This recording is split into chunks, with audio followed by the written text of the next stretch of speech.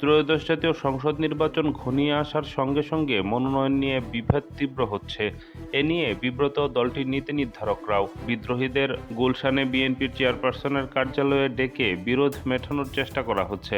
তবে আসনগুলোয় বিরোধ দ্রুত সমাধান না হলে পরিস্থিতি আরও অস্বাভাবিক হয়ে উঠতে পারে বলে আশঙ্কা প্রকাশ করেছে দলটির তৃণমূলের নেতাকর্মীরা।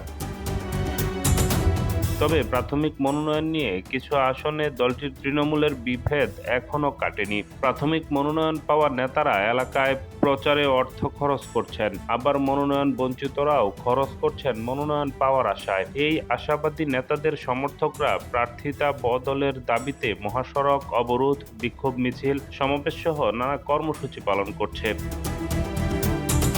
অনুসন্ধানে জানা যায়, প্রার্থী পরিবর্তনের দাবিতে বেশি আলোচিত আসনগুলো ব্রাহ্মণবাড়িয়া ৪, কবির আহমেদ ভূঁইয়াকে মনোনয়ন দেওয়ার দাবিতে প্রতিদিনই বিক্ষোভ, চাঁদপুর ২, তানভীর হুদার সমর্থকদের ধারাবাহিক বিক্ষোভ, সুনামগঞ্জ ৫, মিজানুর রহমান চৌধুরীর পক্ষে প্রতিদিনই গণসমাবেশ, কুষ্টিয়া ১ ও কুষ্টিয়া ৪, শরীফউদ্দিন জুয়েল ও শেখ সাদির সমর্থকদের নানা কর্মসূচি, নরসিংদী ৪, বহু নেতাকর্মী আব্দুল কাদির ভূঁইয়া জুয়েলকে চান, নাটোর ১-এ সাইফুল ইসলাম টিপুকে মনোনয়ন দেওয়ার দাবিতে বিক্ষোভ, নারায়ণগঞ্জ ২-এ কেন্দ্রীয় নেতা মাহমুদুর রহমান সুমনকে প্রার্থী করার দাবি, গাইবান্ধা ২-এ সাবেক সচিব আমিনুল ইসলামকে মনোনয়ন দেওয়ার প্রস্তাব। চট্টগ্রাম ১২ ও ১৩-তে প্রার্থী ঘোষণার পর থেকেই বিরোধ তীব্র হচ্ছে।